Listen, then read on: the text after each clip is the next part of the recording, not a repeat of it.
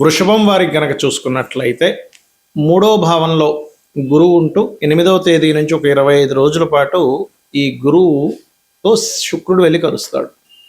మూడో భావంలో ఎప్పుడైతే ఈ రెండు గ్రహాలు కలుస్తున్నాయో ఎప్పటి నుంచో మీరు కొంచెం వివాహ సంబంధించినటువంటి విషయాలు కొన్ని ఉంటాయి. ఎందుకంటే సప్తమ భావాన్ని గురువు వీక్షిస్తున్నాడు, కానీ ఎప్పుడైతే శుక్రుడు వీక్షిస్తున్నాడో దీనికి సంబంధించిన ఫలితాలు ఇంకాస్త బాగా వస్తాయి. అయితే ఈ యొక్క విషయంలో మీకు ఎటువంటి ఫలితాలు రానున్నాయి, ఏ దేవతారాధన చేసుకోవాలి, ఎటువంటి విషయాల పట్ల మీరు జాగ్రత్తగా ఉండాలి అనేటువంటి అంశాలు చెప్తుంది నేనైనప్పటికీ చెప్పిస్తుంది సాక్షాత్ లలితా అమ్మవారిగా భావిస్తూ ఆ లలితాంబిక అమ్మవారి యొక్క అనుగ్రహం వృషభం వారికి మరింత అద్భుతంగా కలగాలని మనస్ఫూర్తిగా కోరుకుంటూ, ఇక్కడ ఈ గురువు ఎప్పుడైతే సప్తమ స్థానాన్ని వీక్షిస్తాడో, శుక్రుడిని ఎప్పుడైతే వీక్షిస్తాడో గుర్తుపెట్టుకోండి, గురువు శుక్రుడితో కలిసి యుతి చెందున్నాడో ఇది పార్ట్నర్షిప్స్, వివాహ సంబంధించిన విషయాలు, సామాజికంగా గతంలో కొన్ని విషయాల్లో డ్యామేజ్ అవుతూ ఉంటారు సమాజంలో, సోషల్ మీడియాస్ ద్వారా కావచ్చు, ఏదైనా కావచ్చు.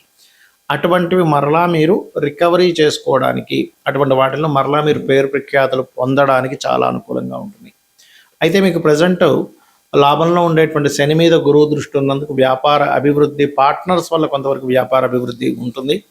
కాకపోతే మీకు ఇక్కడ మనం అర్థం చేసుకోవాల్సింది 12వ భావంలో అగ్నితత్వ రాశుల్లో కుజుడు ఉన్నాడు కాబట్టి కుజగ్రహ ప్రభావం ఏదైతే ఉంటుందో ఇది 3వ భావంలో ఉండేటువంటి శుక్ర గురువుల మీద పడుతుంది. కాబట్టి కొంచెం ఈ స్త్రీలతో ఎవరితోనైనా కమ్యూనికేట్ చేసేటప్పుడు మరియు ఇన్వెస్ట్మెంట్ చేసేటప్పుడు మంగళవారాలు, సహజంగా మంగళవారాలు ఇన్వెస్ట్మెంట్ చేయొచ్చనే చెప్తాం, ఎందుకంటే మారు కోరుతుంది.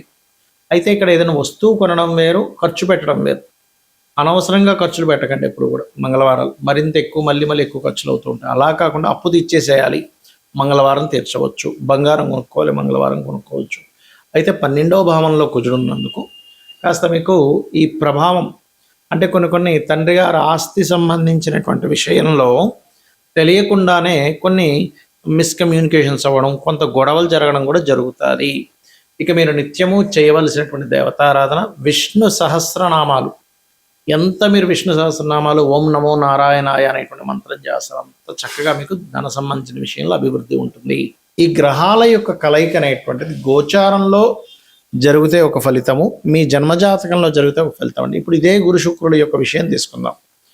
మీకు జన్మజాతకంలో ఒక్కొక్క స్థానంలో ఉంటే ఒక్కొక్క ఫలితం ఇస్తుంది. గురు శుక్రుడికి సంబంధించింది లగ్నంలో ఉన్నాడు అనుకోండి, మనిషి సాటిస్ఫాక్షన్, విపరీతమైన సాటిస్ఫాక్షన్లో ఉంటాడు మనిషి. అంటే ఉన్న దాంట్లో సంతృప్తిగా బతుకుతాడు గురు శుక్రుడు ఎక్కడున్నా ఫస్ట్.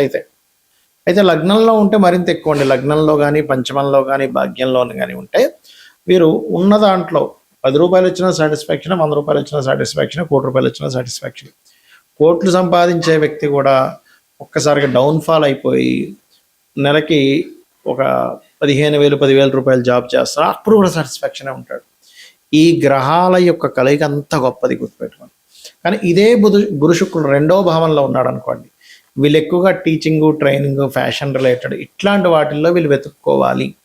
మీ పర్సనల్ చార్ట్లో కనుక గురు శుక్రులు ఇద్దరు 2లో ఉంటాయి. అయితే ఇక్కడ మనం అర్థం చేసుకోవాల్సింది ఏంటంటే మీ ధనాధిపతి యొక్క స్థితి కూడా ఎలా ఉందో చూసుకోవాలి. మీ ధనాధిపతి బాగున్నాడు, 2లో ఈ 2 శుభగ్రహాలు ఉన్నాయి, ఈ లగ్నానికి శుభులు, బాగుంది, కండిషన్ బాగుంది, అప్పుడు వీళ్ళు జన్మించిన కుటుంబంలోనే అభివృద్ధి ఉంటుంది. అదేవిధంగా వీళ్ళు ఫైనాన్షియల్గా ఎప్పుడు ఇబ్బంది పడరు 2లో కనుక ఉంటే. ఇంకా 2వ అధిపతి పూర్తిగా పాడైపోయి రావుకైతే యాక్సిస్లో పడితే తప్ప, ఆ దశలు రాకపోతే తప్ప, దశలు వచ్చాయి ఒక యుక్త వయసులో అంటే చాలా బాగుంటుంది. 3లో ఉన్నప్పుడు ఏమవుతుందంటే కొంచెం వివరణ ఇవ్వడానికి వీళ్ళకి మంచి స్కోప్ ఉంటుంది, అన్నదమ్ములతో కొంత సఖ్యత ఉంటుంది. కాకపోతే 3వ అధిపతిని కూడా చూడాలి. ఎప్పుడూ కూడా 3లో ఉండే గ్రహాలు 3వ అధిపతి. దీనివల్ల ఏంటంటే సామరస్యంగా ఏదైనా సరే చాలా నీట్గా మాట్లాడుకొని సెట్ చేసుకోవడానికి బాగుంటుంది ఈ కాంబినేషన్. 4లో ఉన్నప్పుడు మీరు ఇన్వెస్ట్మెంట్స్ చేయడం అనేటువంటిది ఎక్కువ ప్రాపర్టీస్ మీద చేయాలి, విద్య మీద చేయాలి. ఎంత విద్య చదువుకుంటే అంత బాగుంటుంది, ఎంత ప్రాపర్టీస్ తీసుకుంటే అంత బాగుంటుంది. ఖచ్చితంగా 2 ప్రాపర్టీస్ ఉంటాయి, అది కార్లు కావచ్చు, వాహనాలు కావచ్చు, గృహాలు కావచ్చు, ఏదైనా కానీ. పంచమంలో ఉన్నప్పుడు మంచి శుభమైనటువంటి ఫలితాలు అంటే మంచి సంతానం కలిగిస్తుంది. 6లో ఉన్నప్పుడు మాత్రం గురువులతోని, స్త్రీలతోని శత్రుత్వాన్ని ఇస్తుంది. కాకపోతే ఇది కూడా కొంతవరకు ధన యోగాన్ని ఇస్తుంది.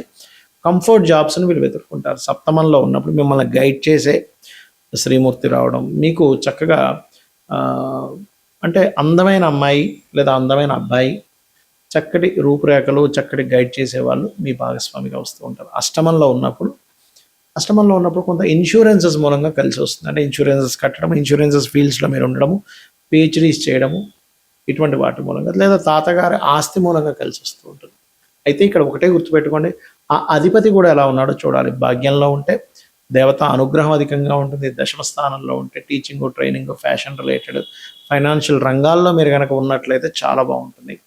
లాభంలో ఉన్నప్పుడు ఇటువంటి రంగాల్లోనే వ్యాపార రంగాల్లో బాగుంటుంది. ఫ్యాషన్ కానీ, ట్రైనింగ్స్ కానీ, టీచింగ్ కానీ, ఇట్లాంటి విషయాల్లో 12వ భావంలో కనుక ఉన్నట్లయితే ఇక్కడ ఇది కొంతవరకు మ్యారిటల్ లైఫ్ విషయంలో ఇక్కడ 12వ అధిపతిని కూడా పరిశీలన చేయాలి. లేనట్లయితే ఒక్కొక్కసారి ఏమవుతుందంటే 2 వివాహాల యోగాన్ని కూడా ఇస్తుంది.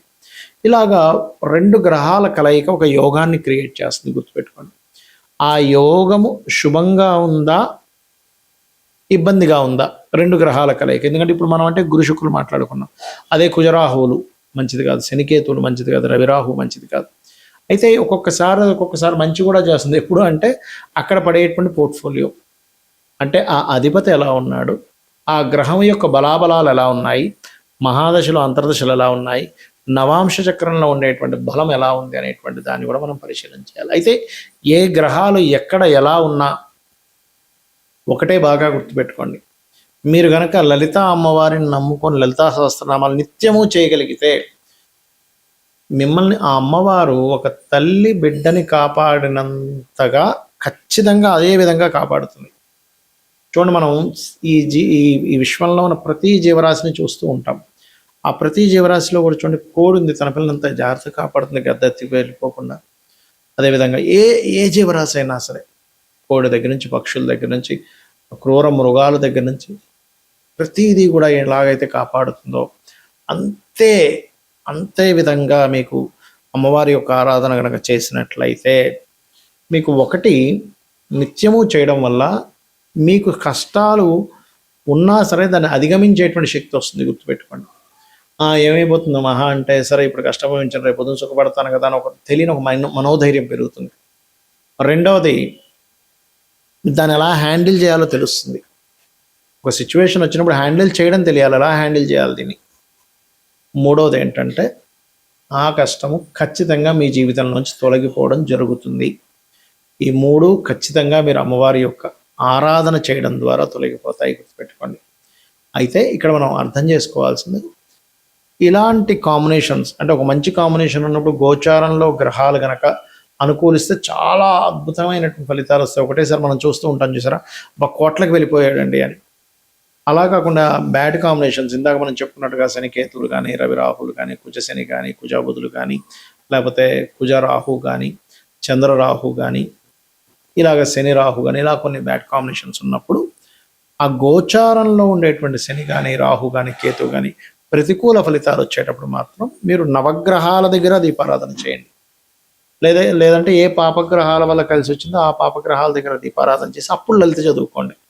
అప్పుడు దాని మూలంగా ఏమవుతుందంటే మీకు ఖచ్చితంగా మీరు ఏదైతే ఇబ్బంది పడుతున్నారో ఆ దోషం తొలగిపోతుంది. అయితే దీంతో పాటు ఎప్పుడు కూడా గుర్తుపెట్టుకోండి, ఇంట్లో ఉండేటువంటి వాస్తు కూడా ఎలా ఉందో చెక్ చేసుకోవాలి. మనకు ఆల్ ఆఫ్ సడన్గా చాలా ఎక్కువ ఇబ్బంది వస్తుంది అంటే నైరుతి పాడైందని అర్థం. ధనపరంగా ధనం అసలు ప్రొడ్యూసే అవ్వట్లేదంటే ఆగ్నేయం దోషం అయిందని అర్థం. అంటే ఏం లేదు, పెరగడం లేదా తగ్గడం, అక్కడ పెట్టకూడని వస్తువులు పెట్టడం, నీరు ఎక్కువగా పెట్టడం ఆగ్నేయంలో జరుగుతుంటుంది. అసలు ధనం ఎప్పుడు నిలబడదండి, ఉత్తరం పాడైంది. ఎప్పుడు రోగాల బారిన పడుతున్నాం, వాయువ్యము లేదా ఉత్తర ఈశాన్యం పాడైంది, ఉత్తర ఈశాన్యం పాడైంది. ఆలోచన విధానం దెబ్బతిన్నది, ఈశాన్యం పాడైంది. సంతానం సరిగ్గా సఖ్యత లేదు, ఈశాన్యం పాడైంది. సమాజంలో సరైనటువంటి ఇది లేదు, తూర్పు పాడైందని అర్థం చేసుకోవాలి. ఇది చేయండి, అన్ని విధాలా మీకు బాగుంటుంది.